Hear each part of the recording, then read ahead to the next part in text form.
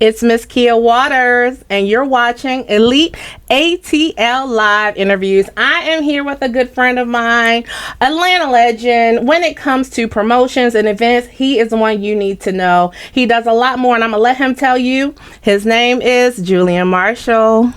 Hi, Julian. What's going on with you? How you doing? Now I know you got a couple names. Okay, let's put it out there. Capo. Tell me about that. Tell me about Capo. Because remember, we were out in the van. Somebody called him Capo. I said, "Who's that?" He was like, "That's me." Yeah, Capo. I guess I came up with that name in 2014. Somebody helped me put it together. Of course, looking at definitions for different names and meanings. Of course, Capo is Italian for boss. So it kind of stuck with me and resonated with me. So I utilize, of course, that name. Okay. I love ever it. Since, yeah. Put some respect on it.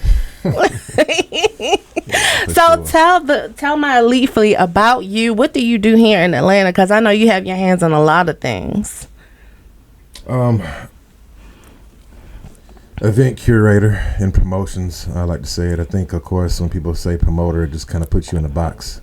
And there's definitely a lot more to meet the eye than that. Again, I started in 2014. My inspiration was my uncle, Leo Marshall. He's in production and filmmaking. He's actually director for Love and Hip Hop Atlanta. But he was doing a lot of massive events. He was never actually physically like a weekly promoter. He just did big events.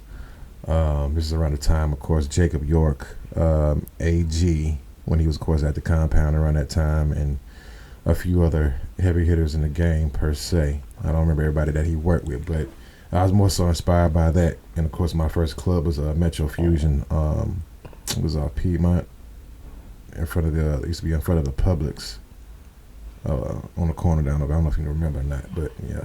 That was my first club. It's kind of been it ever since. But more so promotions, marketing, branding, dealing with artists, of course, which I do heavily for many years. Kind of got away from just the club aspect, but giving people an opportunity. So is it artist management you do? Somebody was just asking me this question. I provide opportunities for somebody that's serious and wants to be consistent. I've given opportunities, and generally the consistency never really lasts. A month, 2 months, some a little longer than others, but something always generally happens. A life starts lifing. As it will do. Then things, of course, right. Everyday life is life. No different than your life or my life. Life's every day, but we still got to keep going, still keep pushing. Right. But I don't think I actually have fully found that yet. And that's why I don't think people, and I feel too, that word management, I don't think people understand how serious that word is. Ooh, let's talk about it, Jen. Or getting the right person to manage and help structure your career versus somebody just coming along, hey, let me help you, and put that person in position, but they're in the wrong position. That really matters. Right. So even being a manager, that's somebody else investing their time, their energy, taking away from their family, their own life to help somebody else. That's true. Somebody else's dream. And to pour into their dream. Pour into somebody else's dream. So it's a lot of time to invest it, but it's like you keep getting with different people, exhausting time. Not to say, of course, it puts a damper on your spirit, but it's just like, man, it's like you keep, trying to invest in people, but nobody's generally taking things serious as something that they actually want to do with their life. I'm not perfect, so I definitely have, ways and things I need to overcome myself, but generally, because I deal with artists on a high level, I don't see really any real consistency, and a lot of people think that they're going hard, but you're not. It's so much more that you can do, so many other things that you need to do that you're not doing, because you have a particular mindset that you feel a particular type of way, or you feel that you're somewhere that you're not. When this game, of course, is all about numbers. Yeah. So, what are some of the things that you recommend they do? New artists that want to level up in this business. Well, I say for one, which I definitely, because I've been, we have conversations before, work on yourself. Work on your mental, work on your spirit. That's going to help you better as far as deal with people, how you respond to things. Of course, this game is about constructive criticism. You being able to take it, people getting attitudes and feel like, oh, you're being mean and like, you know, everything. Well, that's kind of like a manager's job, Right. though, you know, to let you know where you need to elevate and grow in. And you have to accept that constructive criticism because it's only meant to help you. And as well, you can break it down again. A manager is also a teacher and a coach. So a lot of people are not coachable and don't want to be taught. And like I said, when you're dealing with people who are pretty much are stuck in their ways as an adult, because they've been doing things for a cycle for so long, so it's hard for them to break it. Right. And they think they write about what they write about in their mind, but they don't see that they could be any other way. But that's the problem. And that's why they sought out a manager, somebody to help them. But they don't want to listen once they found them. Right, it's it's redundant, it's no purpose. Oh, my goodness. And you've run into that a lot. Most definitely. Frustrating. I don't know if it comes from ego or I don't know. Because I played sports, so I know how my ego can be creative. I'm out here just dragging people left and right. My talent is superseding, but not just my talent. When I go on the field, I'm making it happen. Right. So it's the difference is why Jordan feels like he got championship rings. He put in the work, and of course he get on the court. He performs. He got a track record, a history of him doing well. Track record. Right. So, you know, people want things without a full-blown track record, and it really it takes so much, you know what I mean, to get where you want to be in this industry. And I think a lot of people want to try to skip the process, but skipping the process takes money, a lot of it. Not to say you want to go back and do some repeats because you skip some essential things, but money helps skip a lot of things. What are some of the steps, some of the things that, you know, you find that these young artists want to skip to kind of go straight from coming and performing at your local venue in their city to straight to being at the top of the scene? Like, what are some of the steps that you feel like they want to bypass? I would say all the groundwork, making that connection with people. Yeah. Making that connection with the DJs. Getting all your music to the DJs, all the radio stations, doing intimate promo, of course, the same way, passing out things, and, you know, doing the interviews, doing the showcases. You know, a lot of people, it's weird to me, and no offense to nobody, but because we got so many other things in life that happens every day through relationships, your family, whatever it can be. So it's the same thing that goes on in the music industry. People take advantage of you, play you, manipulate you. Yeah, you know, folks ex done did that, their mama done did that, your uncle. I go down the list. So it's nothing, but it makes people weary. Haven't we? That's the first thing I hear a lot of folks say, well, no, you know, this happened to me over here, so, you know, I don't know. I don't trust people over here. That has nothing to do with me. Right. So that's no different. You going through life not trusting nobody because somebody always going to do something to you. But at the end of the day, that's what you have, the way that you want to live your life, and not give other people opportunity because what the next person did. You know, I done been in bad relationships too, so I can say every woman that I come in my life is gonna do the same thing. And that's no way to live. Nah. So it's a lot of just excuses to me. I don't really take. It's hard for me to take artists serious because I don't have artist problems. They have to show and prove. Right.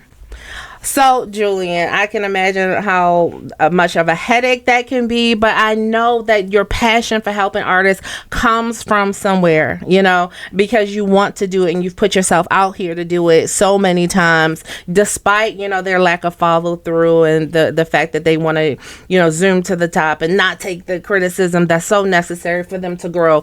There's something in you that makes you want to put yourself out there. And I think that's good of you, you know, to really just do that, because a lot of times these people are young or stuck in their ways, just like you said, and they mean well. And what do you think?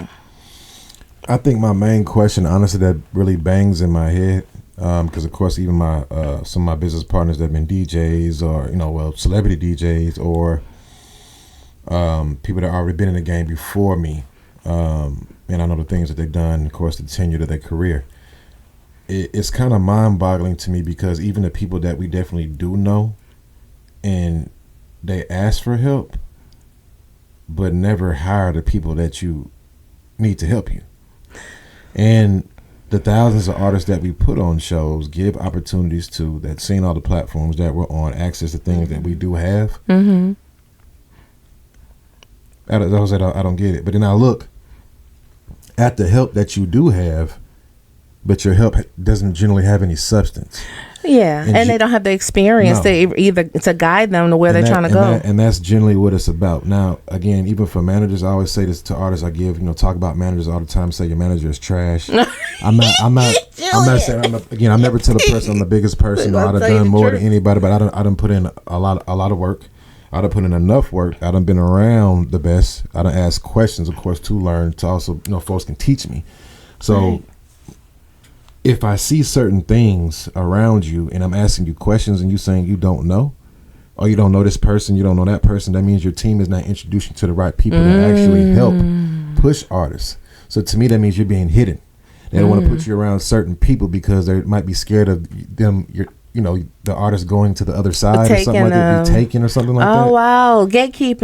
Yeah, so it's a little, so again, these folks with these teams, and there's a lot of artists that do have teams. I see them, of course, no different. Shout out to Coalition DJs. Shout out, of course, I love my Plug. Shout out Coalition DJs. So shout out Plug DJs. Yeah, I see these people coming that have teams, but they haven't introduced you to nobody. So that doesn't actually mean you're helping the artist, because the right people that you need to bring them around, you're thinking some other avenue that, they might steal my artist because they have more access or they know more, but it's not like that. You know what I'm saying? So it's no different than a lot of folks not even working together in the city. That's a whole nother story. But well, I know that you still put on for Industry Tuesdays. You give artists a platform, media platform. You have celebrities come out, and you still give people an opportunity to show their talent. Tell me more about Industry Tuesdays. So y'all need to be tapping and listen up. Industry Tuesdays finally has a home. On Edgewood at Plug Studios. Shout out to DJ Cutthroat. DJ Infamous. One of the biggest DJs in the country, the top 50 list. Ludacris a DJ, been with V103 Atlanta over 20 years. Nice. He wants to give back to artists an opportunity to network with him. That's a big deal. Greet, that's a big deal, y'all. Ask any questions, of course, they want to ask, of course, about radio, how to get their music on V103. He has tour opportunities, music play opportunities. Nice. He also has a record label, too, as well. Oh, I didn't know that. Yeah, he's looking. He already has a guy artist signed, so he's looking for a female talent.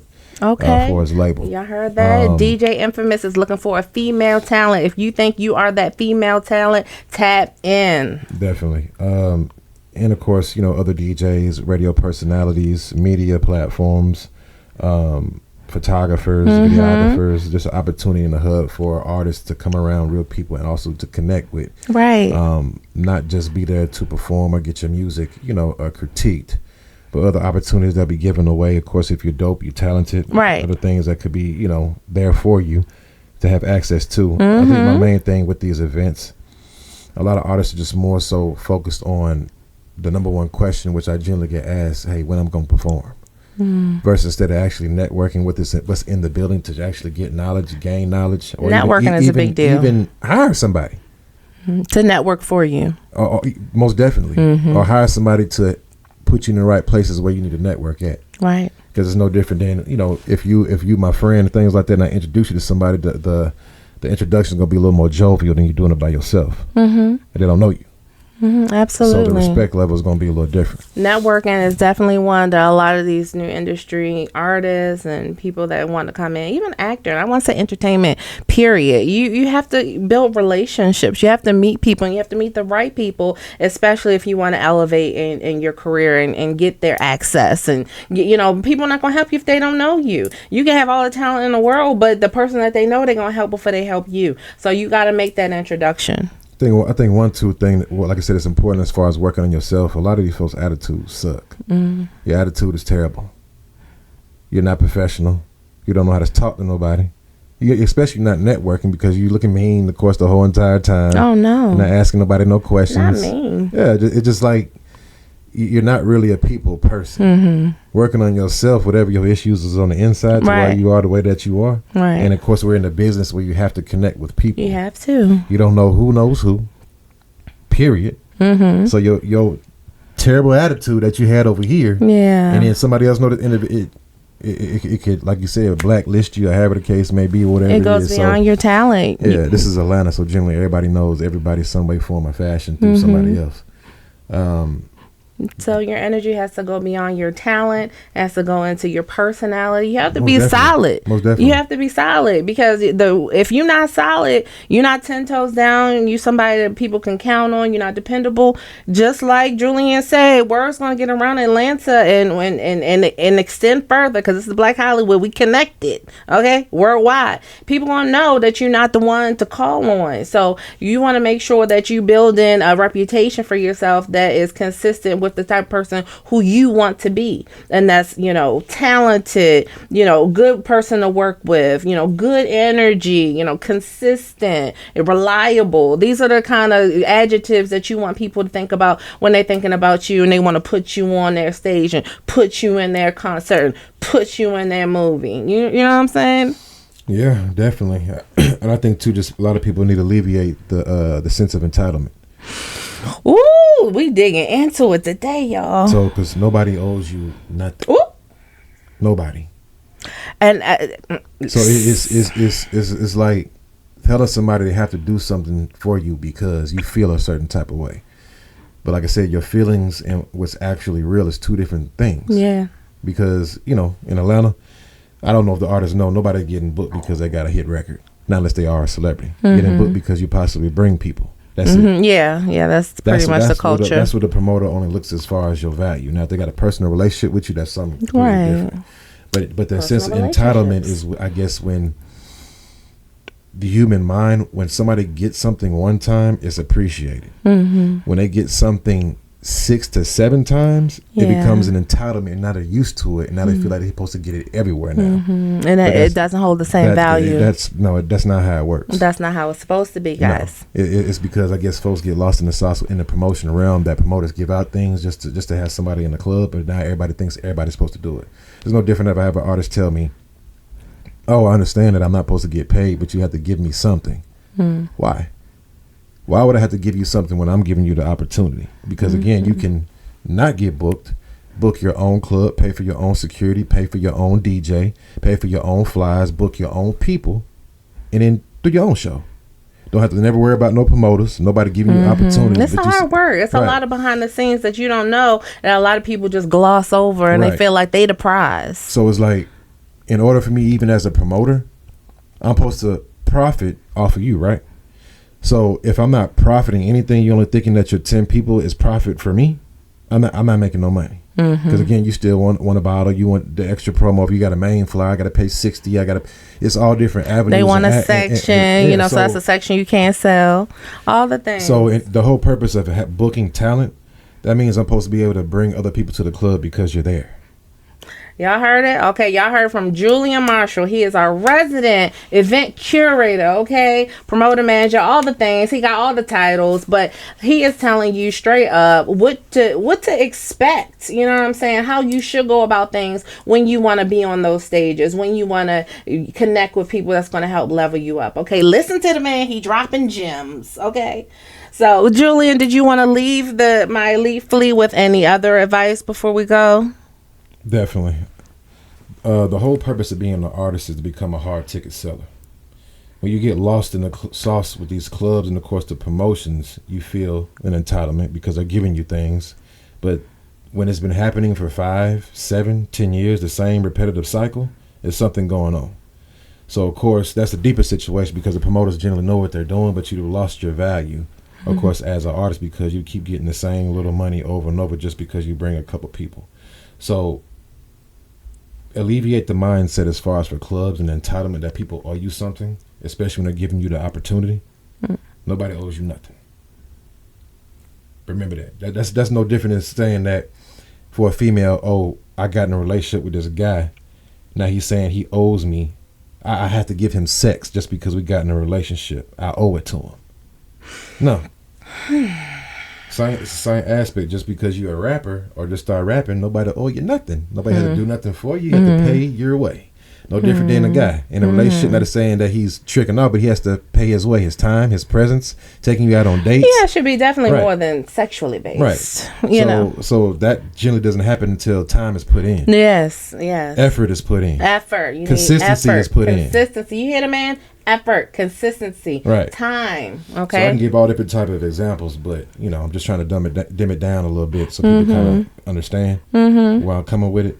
But generally, this rap game, it takes 15 years, like total, till you get to where you physically want. The first 1 through 5 years are struggle years because you're trying to find yourself. Trying to find yourself, your sound, your team. You're messing up. Your 5 to 10 years, you'd have probably done learned a little bit. You might have done a little more. You know what I'm saying? But when you get within that 10 to 15 year cusp, that's when you winning. Yeah, if you go about it the right way, exactly. If you listen to the gems that Julian gave you, okay? If you have any more questions for Julian Marshall, you can check him out at It's Me, Julian Marshall. And of course, I got it right below. It's Miss Kia Waters. And I hope you guys enjoyed this segment, okay? So if you are an upcoming rapper, upcoming artist, and you want to enter the entertainment industry, you make sure that you take those gems to heart because Julian is telling you what he know, okay? It's Miss Kia Waters, and thanks for watching.